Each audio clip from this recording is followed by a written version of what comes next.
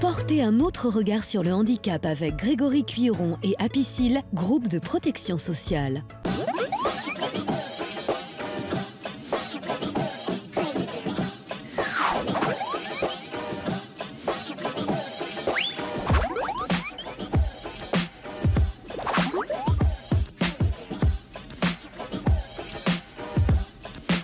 Bonjour à tous. Comment mener une politique handicap sans pouvoir légiférer? L'accessibilité est-elle un enjeu pour la cité de demain? Et enfin, comment convaincre les acteurs locaux de la nécessité d'une politique inclusive? Pour répondre à ces questions, je reçois aujourd'hui Thérèse Rabatel, adjointe au maire en charge des personnes en situation de handicap à la mairie de Lyon.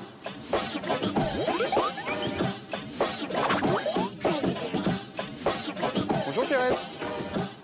Bienvenue. Donc alors, ma chère Thérèse, vous êtes adjointe au maire de la ville de Lyon en charge des personnes en situation de handicap. Vous êtes née le 28 novembre 1953 à Mont-Soleil-Mines, mais êtes grenobloise plus que d'adoption, parce que je crois que vous y étiez arrivée à l'âge de... Quelques mois. 6 mois, ouais, donc ça compte. Après que mon père ait été licencié la veille de Noël avec 3 enfants. Très sympathique. Vous avez été vice-présidente du Grand Lyon, alors en charge du...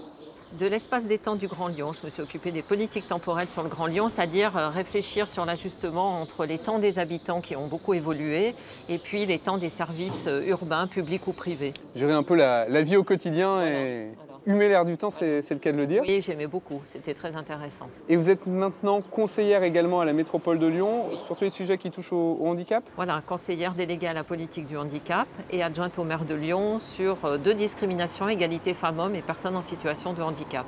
Et moi j'ai pensé que c'était intéressant de cumuler 2 discriminations, on voit les différences et les ressemblances et ce sujet me touchait aussi personnellement. Et je ne connais personne qui, dans le monde du handicap, soit complètement extérieur aux questions du handicap. Oui, on et a donc, toujours... oui. Et donc j'ai pris voilà, cet engagement avec plaisir et avec aussi émotion et responsabilité, parce que ce n'est pas anodin comme engagement. Oui, il y a de véritables enjeux. Oui, de vie quotidienne pour les gens, de douleurs, de difficultés en tout genre, donc j'en suis tout à fait consciente. Oui. Et c'est vrai qu'il y a vraiment beaucoup de proximité aussi avec les inégalités sociales.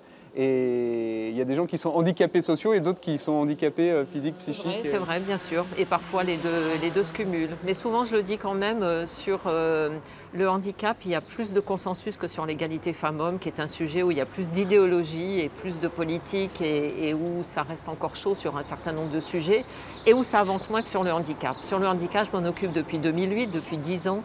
Et moi, je trouve quand même que, comme on le dit, le regard a changé. Il y a plus de personnes en situation de handicap dans les rues. La ville a changé autour de ces sujets et les habitants aussi. Moins de barrières. Oui. Bon, en attendant, on va quand même un peu parler popote, parce que ça, c'est mon créneau. Je voulais savoir, alors c'est un petit questionnaire de Proust, quel est votre vin préféré? Bon, alors moi d'abord je bois quasiment jamais, mais le rare vin que je bois c'est des vins blancs doux. Voilà, j'aime les vins blancs doux,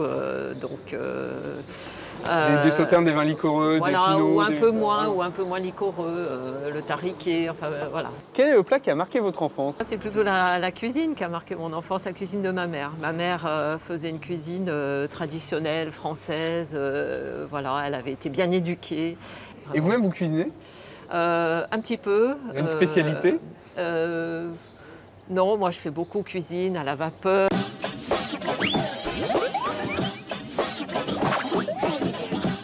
Alors ma chère Thérèse, on en vient au plat principal. On va rentrer dans le vif du sujet.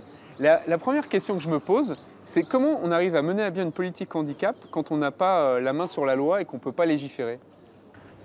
Avoir la main sur la loi, déjà, ça m'avantage beaucoup parce que la loi de 2005 en France et puis ensuite l'ordonnance sur l'ADAPT, etc., c'est des lois ou des ordonnances ou des circulaires dont je me sers beaucoup parce que justement, c'est un bon argument pour dire la loi est là, donc il faut l'appliquer. Et puis, de toute façon, par rapport aux valeurs qu'on a sur la ville de Lyon, qui sont des valeurs d'égalité qu'on porte, de toute façon, c'est important. Donc ensuite on met en musique et donc moi j'ai une compétence qui est transversale sur toutes les compétences de la ville de Lyon. Donc c'est aussi bien l'éducation, la petite enfance, le sport, la culture, les ressources humaines, l'emploi, etc. Et donc à partir de là, dans tous les domaines, il faut essayer de pousser, de voir ce qu'on peut faire et le faire. C'est-à-dire qu'en fonction de ce dont vous avez besoin, finalement, la loi et le cadre juridique est déjà préexistant.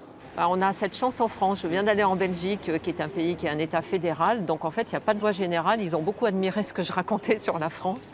Et donc c'est vrai que c'est une loi générale sur toute la France. Et donc une des dernières, l'ordonnance et la loi de 2014, nous disait qu'on devait mettre en accessibilité tous les établissements recevant du public. Donc le conseil municipal a voté une délibération.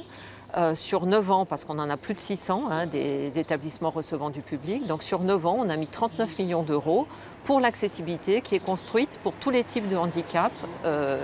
À la fin de l'année 2018, il y aura environ 120 établissements recevant du public qui seront totalement accessibles pour tous les types de handicap. Parce que c'est vrai que donc l'accessibilité, j'imagine que c'est un enjeu pour la cité Oui. de demain. Mais justement, quand on parle accessibilité, les gens voient toujours une rampe, mais il y a aussi l'accessibilité pour les gens qui sont déficients visuels, Oui, déficients bien sûr. auditifs. Bien sûr, donc il faut penser à tout le monde. 80% du handicap est invisible. Ce sont des personnes qui ont des handicaps mentaux ou psychiques.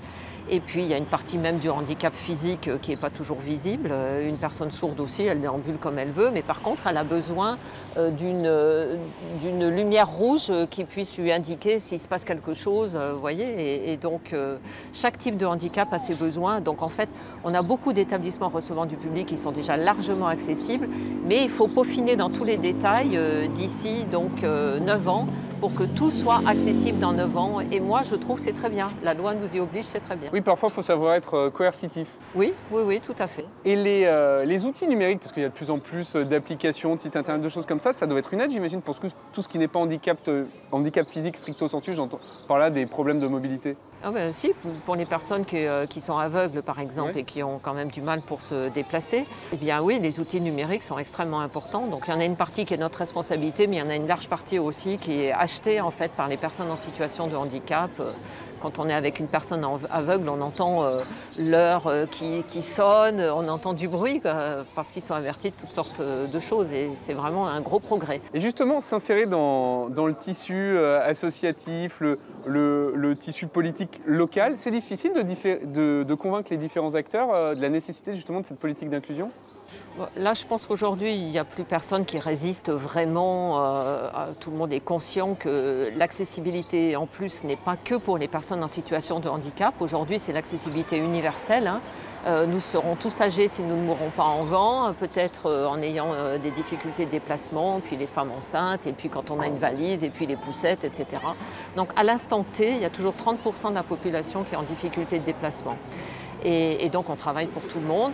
Et ensuite, il faut bien comprendre que oui, chacun a sa responsabilité. Donc nous, sur la ville de Lyon, on travaille avec les personnes handicapées et les associations. On a sensibilisé les conseils de quartier. Je vous remercie. Avant de passer au dessert, on va maintenant voir une petite pastille sur les 4e rencontres Handi Agora qui se sont tenues au printemps 2018. A tout de suite.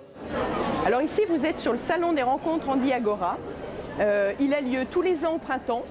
C'est un salon qui parle d'emploi, de handicap et qui propose une multitude d'organisations pour trouver des solutions, pour avancer dans ces projets et pour trouver un emploi qui corresponde à ce qu'on a envie de faire et pas seulement à ce qu'on vous dit de faire. Imaginons, vous êtes un jeune à l'école, parcours ordinaire, pas spécifique, mais vous vous dites, moi j'ai une difficulté, je suis 10 par exemple, qu'est-ce que je vais bien pouvoir faire comme métier de main? Comme tous les jeunes, vous ne connaissez pas les métiers, donc vous avez besoin non seulement de découvrir des métiers, mais aussi de comprendre les particularités de ces métiers pour savoir si vous pouvez vous projeter dedans. Donc c'est un mondial des métiers H+, si vous voulez, handicap+. Donc voilà, vous êtes un scolaire, c'est ça que vous allez venir chercher et on vous donne un quiz pour aller oser parler aux exposants présents.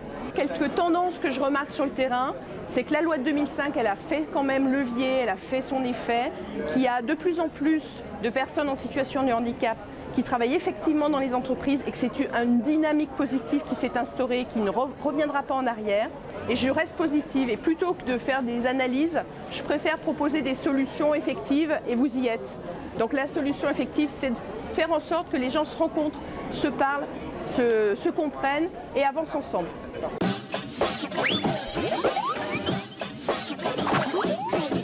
Nous revoilà pour le dessert. Alors cette fois, on va rentrer dans une phase un peu plus personnelle. Je voulais savoir ce qui vous éveillait les papilles, c'est-à-dire ce que vous aimeriez faire, découvrir à titre personnel. Bon, moi, je suis une grande fan de culture, donc chaque fois que je peux aller au cinéma, étant donné qu'il n'y a pas de... On peut prendre sa place au dernier moment dans mon agenda qui est un peu compliqué, donc je vais beaucoup au cinéma, j'adore ça. Et puis sinon, oui, être avec des amis, j'aime beaucoup aussi être avec des amis, aller aller au salon de thé, manger un gâteau, boire un thé, voilà, c'est des choses que j'aime beaucoup. Et puis sinon, la montagne. Et qu'est-ce qui vous donne le sentiment de satiété? C'est-à-dire, qu'est-ce qui vous fait vous lever tous les matins, que ce soit à titre personnel ou professionnel? Qu'est-ce qui vous sert de moteur dans la vie? Ce qui me sert de moteur, c'est le sentiment d'être utile quand on est élu. Ça c'est vraiment quelque chose que je trouve, c'est une incarnation concrète des idéaux qu'on peut avoir. Voilà. Donc ça, c'est une chance d'être élu et en plus d'être dans une grande ville comme Lyon. Il y a beaucoup d'associations, il y a des universitaires du côté handicap, du côté égalité femmes-hommes. Donc c'est vraiment intéressant, c'est fourmillant, c'est intéressant. Il y a beaucoup de travail, mais en même temps, c'est intéressant. Donc ça me donne. Et qu'est-ce qui vous donne le sentiment de satiété? C'est-à-dire quand vous arrivez à mettre le boulot de côté, ce qui vous réconforte, ce que vous faites pour vous sentir bien À me balader dans Lyon, j'adore, je trouve que c'est vraiment une ville merveilleuse, hein, vraiment. Et je trouve qu'il y a des points de vue à Lyon, quand on monte sur les collines, quand on est sur les rivières. Enfin bon, voilà, c'est vraiment une ville extraordinaire et dans laquelle il y a un sentiment de bien-être, une certaine douceur de vivre qui est vraiment très appréciable. Merci beaucoup Thérèse. Enfin maintenant, petite fenêtre, quels sont vos projets à court terme? Qu'est-ce qui vient de se passer? Je crois que vous êtes très très fiers parce que vous avez reçu un beau prix, enfin la ville de Lyon. Oui, la ville de Lyon vient de recevoir le premier prix européen. C'est la première fois pour une ville française de la ville accessible, donc qui récompense à la fois l'accessibilité physique, l'accessibilité à toute la vie de la cité, l'ensemble de nos politiques, y compris les politiques de la métropole et aussi du Citral pour les transports en commun, puisque on avait tout un tas de questions auxquelles il fallait que l'on réponde et on a été donc la première ville en Europe, c'est la première fois en France. Oui, je suis fière, en même temps émue et comme me l'a dit le maire de Lyon, Georges Képénékian, ça nous met la barre haute et donc ce qu'il faut, c'est pas simplement se reposer sur ses lauriers, mais continuer, développer et c'est mon ambition. Donc vos objectifs à plus ou moins long terme, c'est... La même chose, en plus. Et en mieux, voilà. Très bien, il faut se fixer de hauts objectifs. En tout cas, moi je vous remercie d'être venu nous apporter un éclairage sur le handicap dans la cité de Lyon. On peut bien évidemment retrouver cette émission sur les réseaux sociaux, sur le site de TLM. Je vous dis à très bientôt dans Greg les Cuisines Tous.